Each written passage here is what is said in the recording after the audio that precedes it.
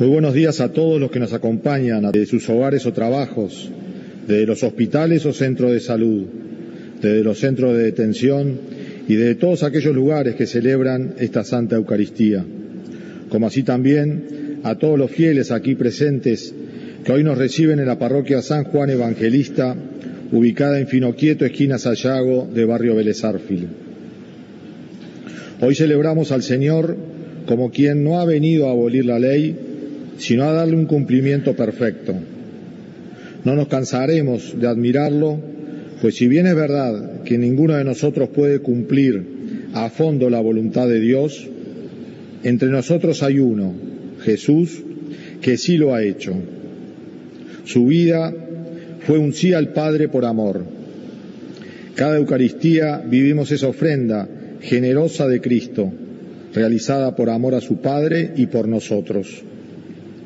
A veces el cumplimiento de la moral puede verse como limitación a la propia libertad, pero la verdadera libertad no se conquista haciendo solamente lo que uno quiere. En ese caso, permaneceríamos esclavos de nuestro propio yo. La libertad se alcanza cuando armonizamos el querer de Dios y el nuestro. Contemplando a Jesús en esta celebración, descubrimos que la verdadera libertad se encuentra en una comprensión cabal de la voluntad de Dios y en su obediencia motivada por el amor. El modo de vivir de los cristianos es exigente, pues demanda de nosotros un cumplimiento, no solo externo, sino de corazón.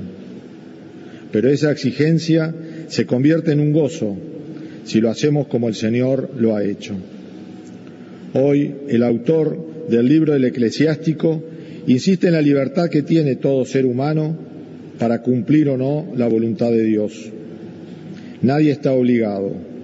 Somos capaces de decir sí o no, de aceptar su voluntad o cerrarnos a ella. Pero todo tiene sus consecuencias, la vida o la muerte. En esta lectura debemos transmitir la gravedad de todas estas afirmaciones. El Salmo viene a anticipar con la oración la dicha de quien camina la ley del Señor. Jesús mismo se visualiza en este texto orante. Además, San Pablo anuncia que pone ante nuestros ojos la trascendencia infinita del Dios en quien creemos y sobre todo en su voluntad que tiene como intención llenarnos de plenitud, una sabiduría que Dios preparó para nuestra gloria antes que existiera el mundo. Una enseñanza del Evangelio de hoy es especialmente importante para quienes nos ocupamos de nuestras celebraciones.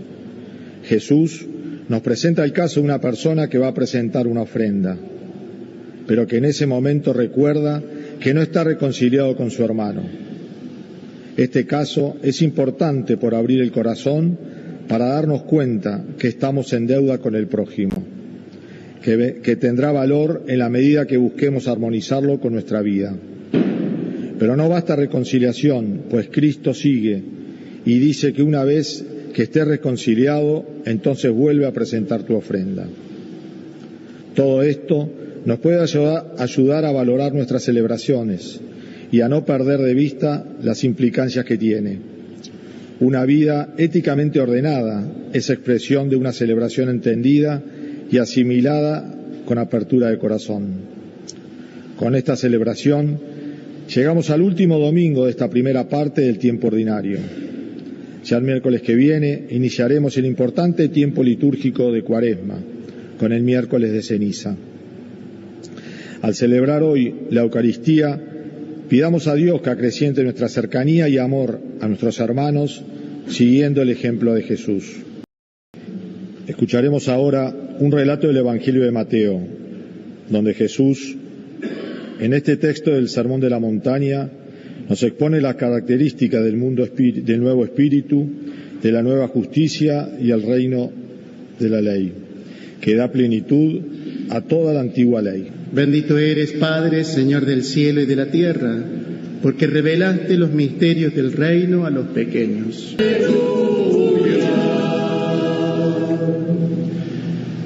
El Señor esté con ustedes. Evangelio de nuestro Señor Jesucristo según San Mateo. Jesús dijo a sus discípulos: les aseguro que si la justicia de ustedes no es superior a la de los escribas y fariseos, no entrarán en el reino de los cielos. Ustedes han oído que se dijo a los antepasados: no matarás, y el que mata debe ser llevado ante el tribunal. Pero yo les digo que todo aquel que se irrita contra su hermano merece ser condenado por un tribunal. Ustedes han oído que se dijo: no cometerás adulterio. Pero yo les digo: el que mira a una mujer deseándola ya cometió adulterio con ella en su corazón. Ustedes han oído también que se dijo a los antepasados: no jurarás falsamente y cumplirás los juramentos hechos al Señor. Pero yo les digo que no juren de ningún modo. Cuando ustedes digan sí, que sea sí, y cuando digan no, que sea no. Todo lo que se dice de más viene del maligno. Palabra del Señor.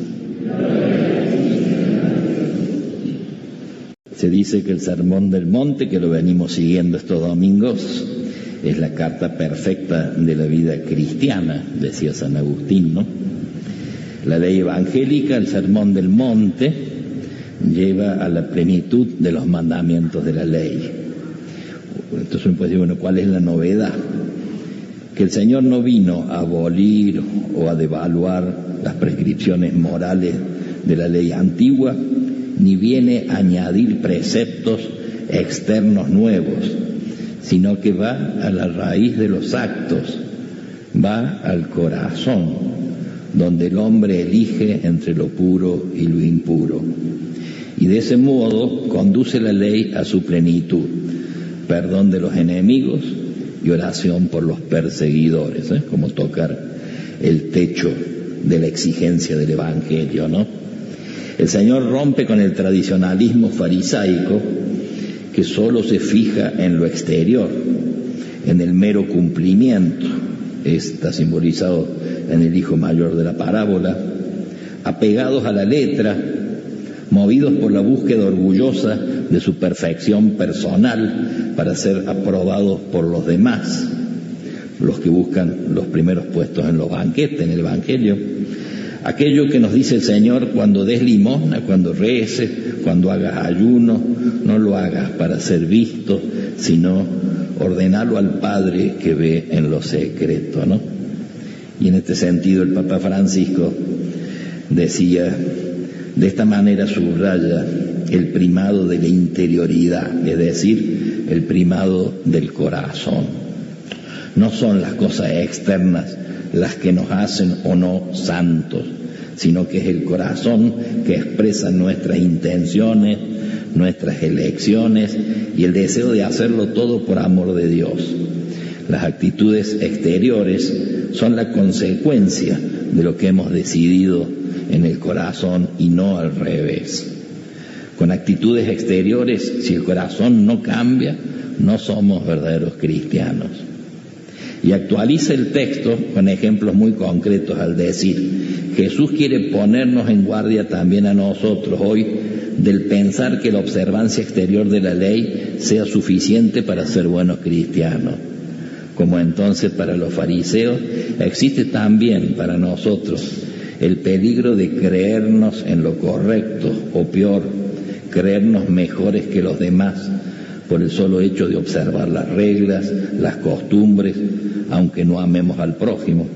Seamos duros de corazón, soberbios, orgullosos. La observancia literal de los preceptos es algo estéril si no cambia el corazón y no se traduce en actitudes concretas. Abrirse al encuentro con Dios y a su palabra, buscar la justicia y la paz, socorrer a los pobres, a los débiles, a los oprimidos. Todos sabemos en nuestras comunidades, en nuestras parroquias, en nuestros barrios, cuánto daño hacen a la Iglesia y son motivo de escándalo las personas que se dicen muy católicas y van quizás menudo a la Iglesia, pero después en su vida cristiana descuidan a la familia, hablan mal de los demás, Esto es lo que Jesús condena porque es un antitestimonio cristiano. En fin, concluye el Papa en Evangelii Gaudium, Jesús denuncia aquí los males típicos de muchos hombres religiosos, los de su tiempo y los de cualquier otra época, para quienes es más importante servir al altar que a Dios. La obediencia legalista más decisiva que actuar según la voluntad divina, y la religión mucho más esencial que amar a Dios con todo el corazón, con toda la mente y con toda la fuerza, y al prójimo como a uno mismo, ¿no? Interesante lo que significa ser fariseo. Fariseo, algunos dicen fariseo malo, porque había fariseos buenos. Por ejemplo, Nicodemo era fariseo y era un hombre bueno. Pero bueno, esto llamamos esta actitud farisaica, ¿no? Cuando alguien se tiene por justo y está hinchado de su propia seguridad, es decir, cuando vive en su mentira, suele maltratar a sus prójimos, los desprecia porque no llegan a su altura, porque no están en el nivel de su santidad. Esta rigidez, nos dice el Papa Francisco, es la actitud de quienes en el fondo solo confían en sus propias fuerzas y se sienten superiores a otros por cumplir determinadas normas o por ser inquebrantablemente fieles a cierto estilo. Es una supuesta seguridad doctrinal o disciplinaria que da lugar a un elitismo narcisista y autoritario, donde en lugar de evangelizar, lo que se hace es analizar y clasificar a los demás. Y en lugar de facilitar el acceso a la gracia, se gastan las energías en controlar.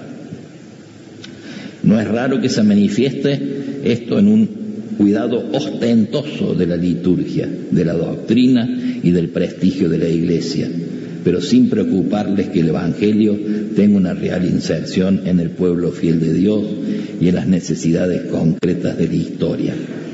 Así la vida de la Iglesia se convierte en una pieza de museo o en una posesión de algunos pocos.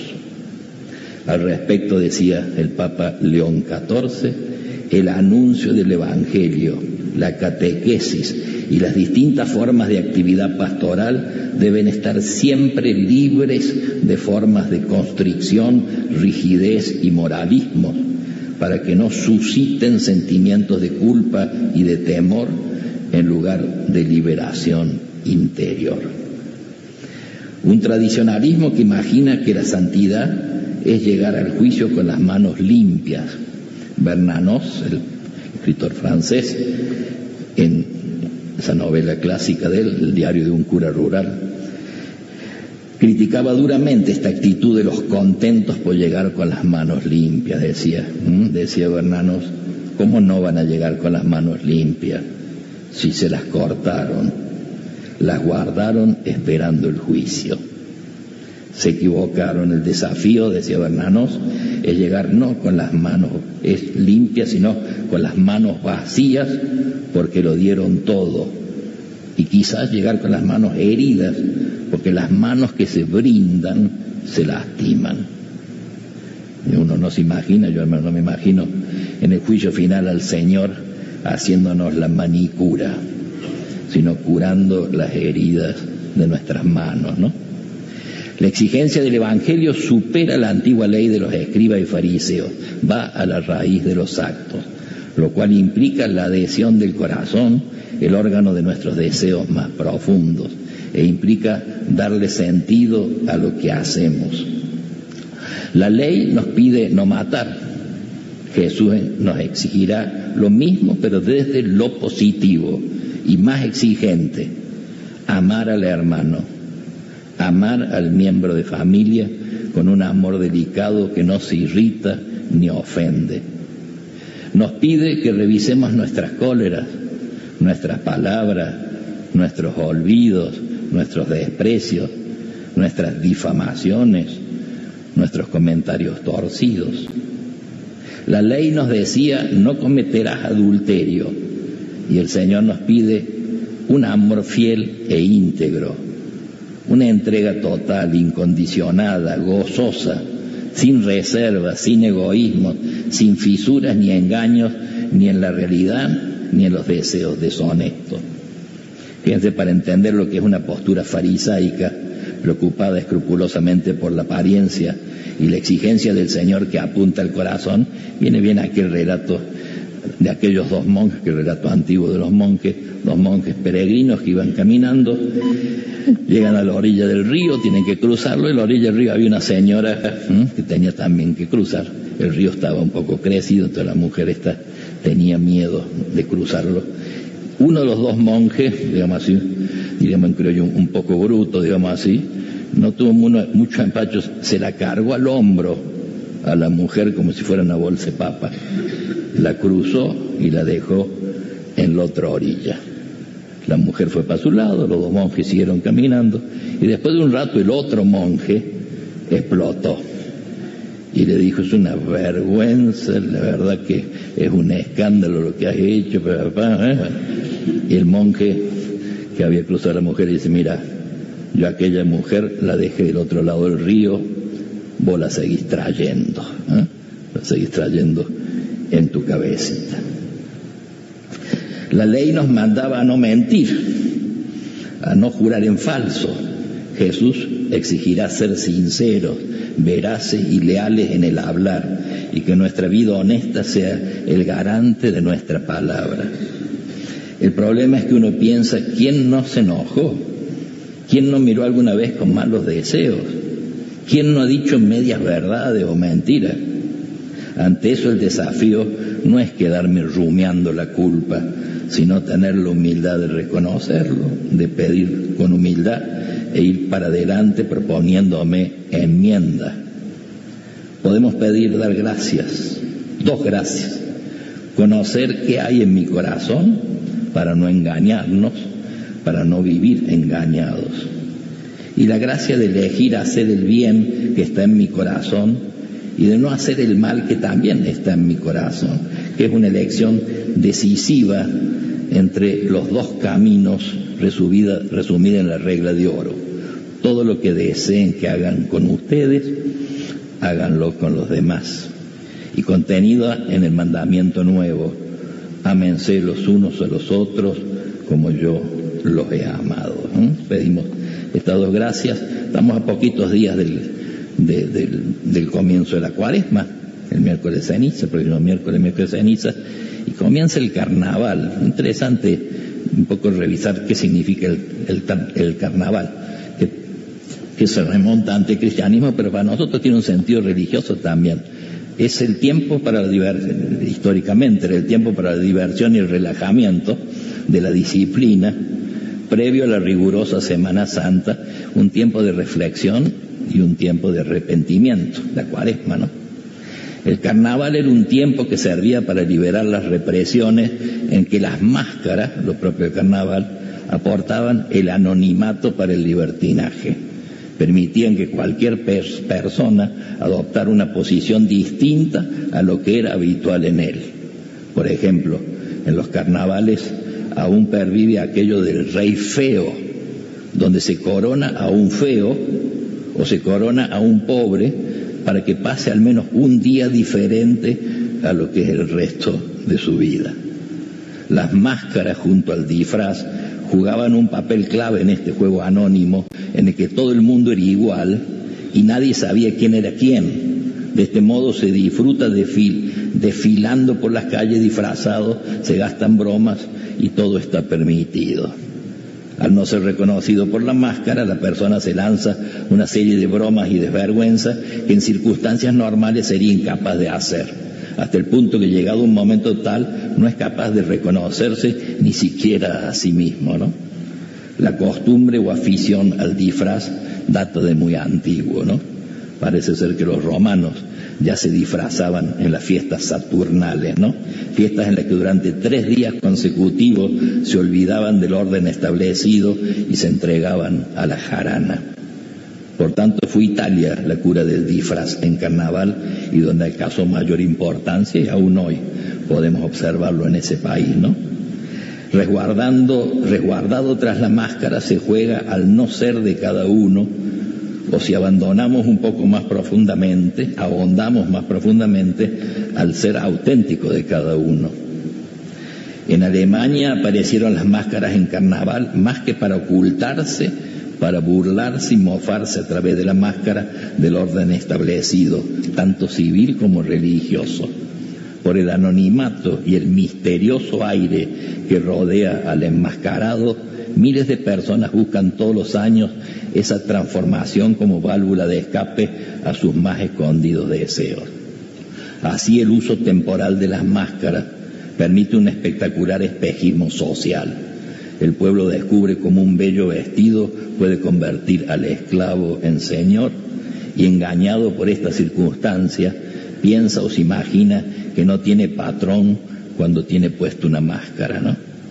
Y viene lo nuestro, terminado el carnaval, porque ningún carnaval es eterno, nos sacamos o caen las caretas y nos encontramos a rostro descubierto, cara a cara con Dios o con nuestra conciencia. Este es el sentido históricamente del carnaval, y este es el sentido, digamos, comenzar la cuaresma, el miércoles de ceniza, de alguna manera es eso, es pedir la gracia al Señor que nos ayude a que caigan nuestras máscaras, nuestras caretas, para que el Señor nos purifique el corazón y nos dé, digamos, la fuerza para seguir amando y sirviendo a Él y a los demás. Se lo pedimos a la Virgen con mucho cariño, que así sea.